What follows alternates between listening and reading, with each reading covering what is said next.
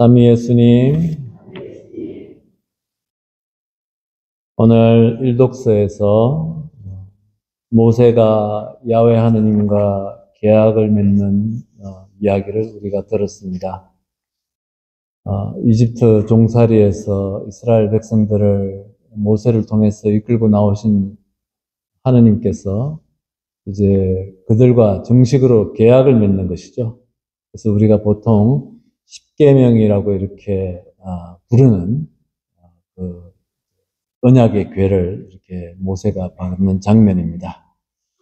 그래서 그 십계명의 전반부, 후반부 이렇게 나눠질 수 있는데 전반부는 하느님과 관계하는 법, 하느님과 어떻게 내가 관계를 하는 건가 이것에 대한 법이고, 후반부는 이웃과 관계를 하는 법에 대해서 알려주십니다.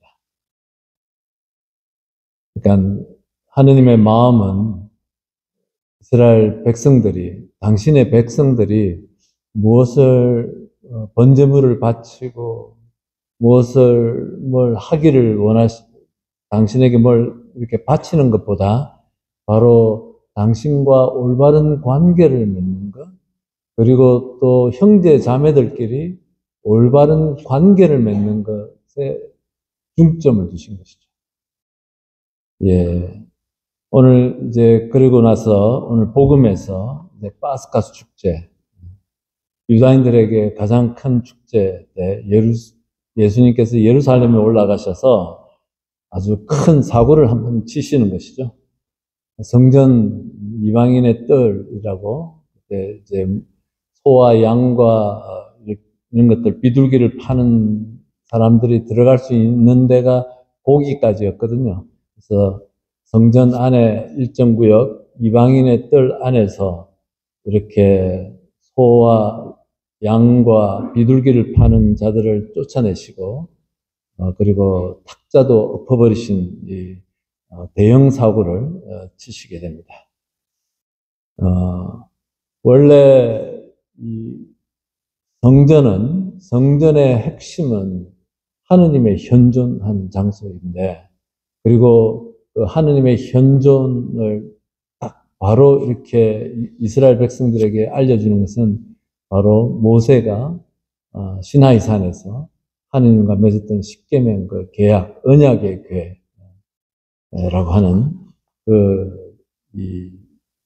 바로 그것인데, 그런 하느님의 현존보다는 외양의 이렇게 아름다운 성전의 모습, 솔로몬 왕 때 지었던 그 성전은 불타서 벌써 없어졌고, 그리고 중간에 또 뭐 하나 더 지었다가 또 그것도 없어지고, 세 번째 성전, 헤로데 왕이 46년 동안이나 솔로몬 왕 때보다 몇 배 더 크고 화려하고 웅장하게 짓는 그 성전을 허물으라라고 말씀하시면서 당신께서 사흘 만에 다시 지으시겠다라고 이렇게 얘기하십니다. 예수님의 말씀의 핵심은 이 겉은 화려한데 안에 하느님이 현존하지 않으시는 그 성전에 대한 얘기를 하시는 것이죠. 사실은 그 당시에 벌써 예수님의 현존이라고 할 수 있는 언약의 궤, 모세가 받았던 그 십계명이 적혀 있는 그 궤는 벌써 분실하고 없었던 시대예요. 바빌론 유배 때 벌써 없어져서 행방이 지금까지도 없는 거 모르는 것이죠. 그래서 예수님께서는 이 성전이 겉만 화려하고 안에 하느님께서 계시지 않는 것에 안타까워하시면서 이렇게 폭력적인 그런 모습을 이렇게 보여주십니다. 저는 이 복음을 보면서 겉과 속이 다른 우리 신앙을 생각을 했습니다. 우리는 많은 경우에 이렇게 겉으로 신앙생활을 하는 것이죠. 내가 겉으로만 하려고 해서 하는 것이 아니라 속으로 신앙생활하는 법을 모르기 때문에 우리는 대부분 겉에만 머무르는 경우가 있습니다. 저는 조금 전에, 이사에 오기 전에 우리 예비자 교리반, 견진 교리반에서 교리를 이렇게 강의하고 올라왔는데, 바로 거기에 교황님께서 하시는 말씀을 제가 소개를 했어요. 교황님께서 뭐라고 얘기하시냐면은, 우리가 최후의 만찬에 대한 희미한 기억은 우리에게 아무런 도움이 안 된다. 프란치스코 교황님께서 1년 반 전에 그 교서에서 말씀하신 거죠.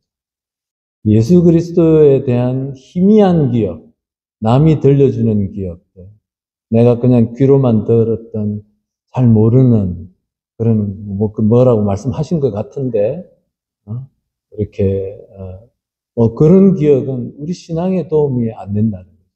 우리는 이런 신앙들은 너무나 쉽게 겉으로 흐르는 신앙이 될 수 있습니다.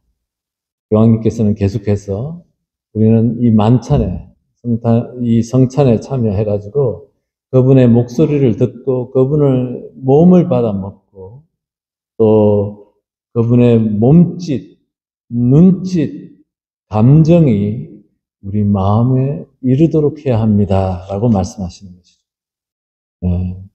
우리가 이 겉으로만, 밖으로만, 흐릿한 기억으로만, 예수님에 대한 뿌연 그런 기억만으로 우리 신앙생활을 이렇게 할 수 없다는 것이죠.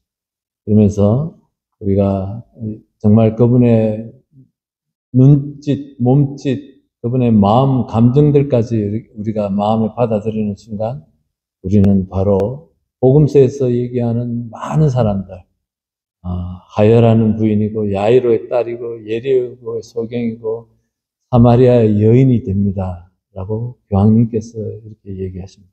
교황님의 초점은 깊이 만나는 것, 내적으로 만나는 것이죠. 그러면서 이제 교황님께서 이렇게 조금 주의를 주시는 것이 있어요. 뭐냐면은 영적 개인주의에 대해서 주의하라라고 얘기하는데 영적 개인주의라는 게 뭐냐면 신앙이 개인주의로 흐르는 거예요. 그냥 내 생각과 내 감정에 갇혀버리는 거,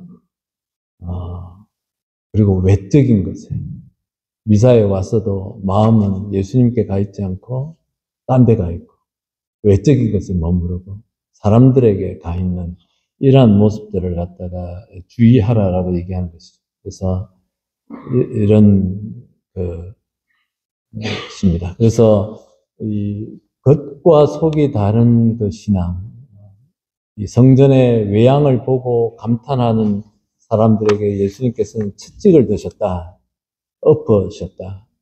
그리고서는 이 외적인 이 성전이 아니라 내적인 성전 안에 바로 예수 그리스도와의 만남 안에 하나님께서 함께 하신다는 것을 당신의 복음을 통해서 우리에게 알려주십니다. 저희는 그래서 저희들 공동체는 부단히 예수님을 내적으로 만나도록 노력을 해야 되는 것이죠.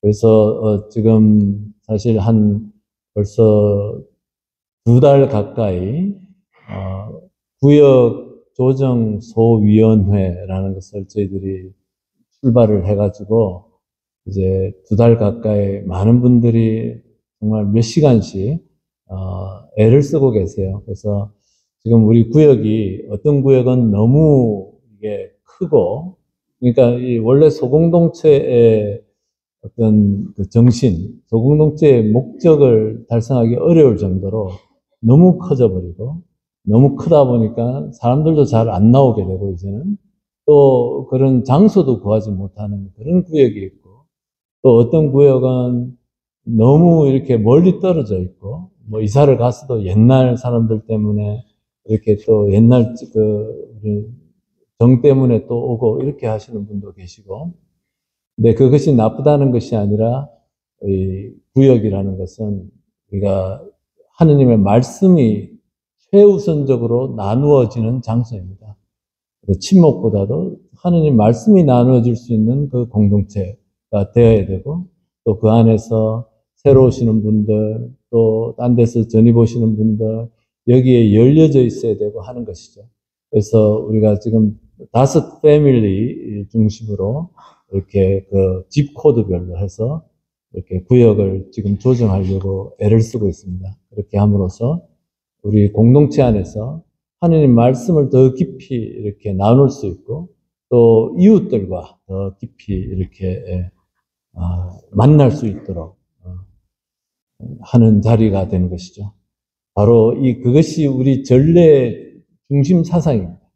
우리가 하느님과 만나고 또 이웃들에게 마음을 여는 것이죠. 교황님께서 하시는 말씀 중에 이런 것이에요. 전례는, 미사 전례는 나가 아니라 우리라고 말합니다. 전례 행위는 개인에게 나가 미사에 참석하고 내가 기도하고 끝나는 것이 아니고 일치된 삶 전체 우리 공동체에 속하는 것이고 그리고 이 우리라는 개념을 범위를 축소시키려는 모든 제안들이 언제나 악마에게서 옵니다. 이렇게 교황님께서 얘기하십니다. 그러니까 우리라는 개념을 이렇게 넓혀 나가야 되는데 내가 친한 사람들, 또 내가 좋아하는 사람들, 또 뭐 이렇게 범위를 축소시켜 나가는 것은 교황님께서는 사탄의 유혹이다라고 이렇게 얘기하시는 거죠. 전례 자체가 우리가 이웃들한테 마음을 여는 장소이죠. 그래서 미사 끝나고 우리가 식사를 같이 하는 것도 그냥 배불리기 위한 자리만은 아닙니다. 그 자리가 우리 이 미사 전례의 정신과 부합되기 때문에 식사를 나누면서 빵을 나누면서 형제 자매들에게 마음을 열고 나라는 좁은 것을 이렇게 문을 열고 나와서 다른 형제 자매들에게 마음을 여는 것이죠. 그런 것들이 이렇게 묻어져 있습니다. 그래서 신앙 생활이 외적으로만이 아니라 내적으로도 충실해지기 위해서 우리는 여러 노력을 해야 되는 거죠. 복음을 공부를 해야 되고 성서를 공부해야 되고 또 소공동체 활동도 해야 되고 또 여러분들 여러 단체들도 이렇게 교우들을 갖다가 품어 안고만 있지 마시고 예수님께 더 다가갈 수 있도록 그 리더십들을 각 단체장들은 노력을 하셔야 돼요. 그것이 교회의 요청이고 교회가 나가는 방향입니다. 그래서 구역 조정 아마 금년도에 우리 본당으로 봐서 가장 중요한 그런 것이 될 것입니다. 구역을 조정해서 한 5 패밀리 정도씩 이렇게 복음 나누기가 가능할 수 있도록 그래서 이제 대충 제가 보고받기로는 이제 구역은 어떻게 할 것인지 정해야 되겠지만 한 30개 반으로 5 패밀리, 6 패밀리 중심으로 이렇게 나눠져서 이렇게 되지 않을까 이렇게 생각이 됩니다. 아마 거기에는 좀 불편함이 있을 거예요. 새로운 사람들에게 마음의 문을 열어야 되고 새로운 사람들을 맞아들여야 되다 보니까 또 불편하고 또 서먹서먹한 것도 있고 또 익숙하고 친한 분들을 또 떠나야 되는 것들이 있을지도 모르겠습니다. 하지만 예수님께서 우리를 그런 복음을 이웃들과 나누도록 부르셨고 또 새로운 사람들에게 문을 열라라고 우리를 초대하신 것 같습니다. 그래서 우리 같이 공동체가 같이 협력하고 기도하고 지혜를 모아서 이렇게 좀 더 내적인 신앙생활을 말씀에 근거해서 할 수 있는 신앙생활을 할 수 있도록 또 공동체를 그렇게 만들도록 우리 같이 노력하고 협력했으면 좋겠습니다.